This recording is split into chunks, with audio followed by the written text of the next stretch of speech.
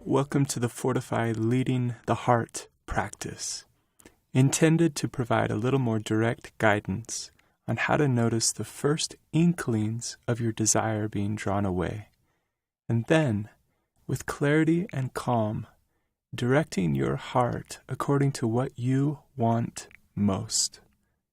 This kind of a practice has been developed and tested by pioneers in mindfulness-based approaches to out-of-control anger and depression, where people can be trained to notice the first, earliest emotional indicators of deep sorrow or intense frustration arising, catching them early enough to be able to preemptively and wisely respond in a way that diminishes the likelihood that they will become overwhelming episodes of full-blown depression or all-out rage.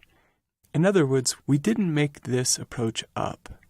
In this case, we're hoping to help you learn to catch the first, earliest emotional indicators of a desire veering off course, long before anything like a full-blown urge hits you. In that case, there are other ways you can still work with it, as we mentioned in our star and urge surfing practices. Like many other areas of health, this kind of catching it early approach can make all the difference in the world, especially in this case, if you know and are well practiced in the simple but sometimes challenging skill of leading your heart back to a place you want it to be. Let's begin.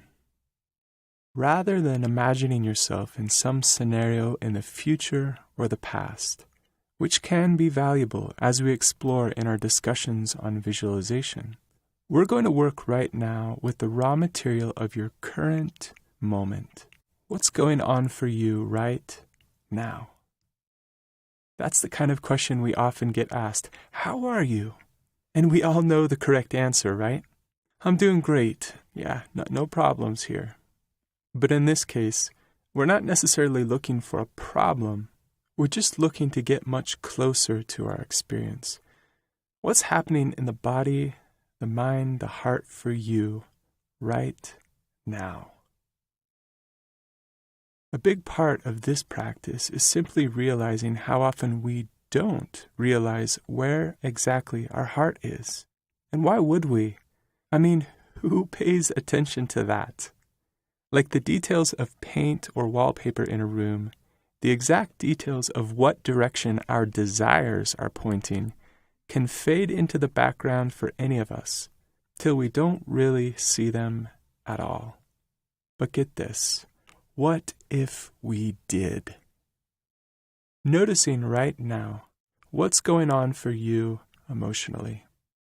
What feelings do you notice?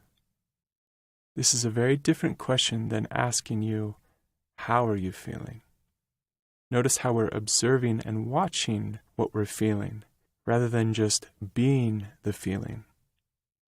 Now, asking another, deeper question. Where are your desires right now?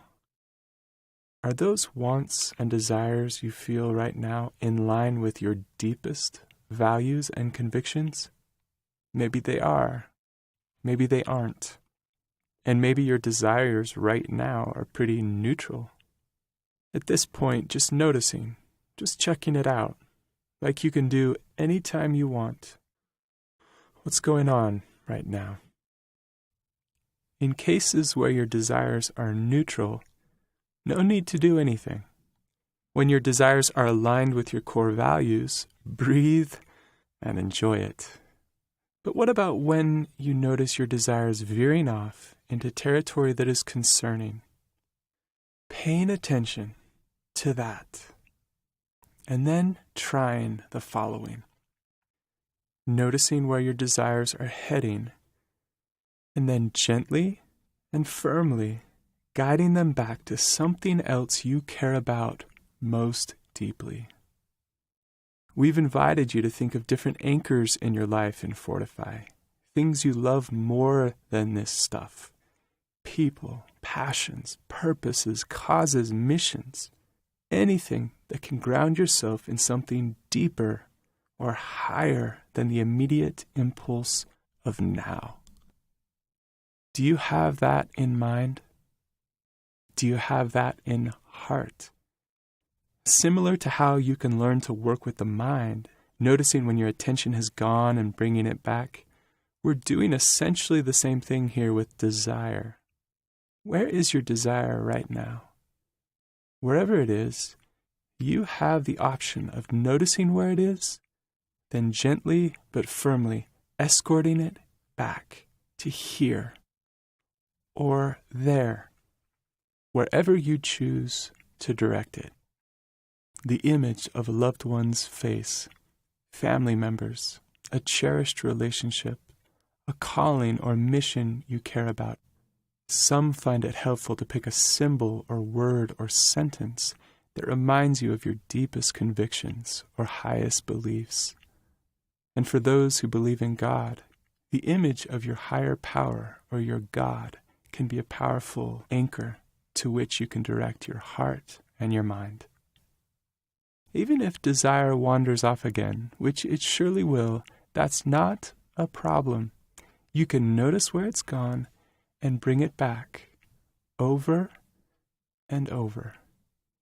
This practice is something you can actually get good at. And here's the cool thing. Over time, your desire and heart will start to stay more where you want them to be. It won't be all over the place forever.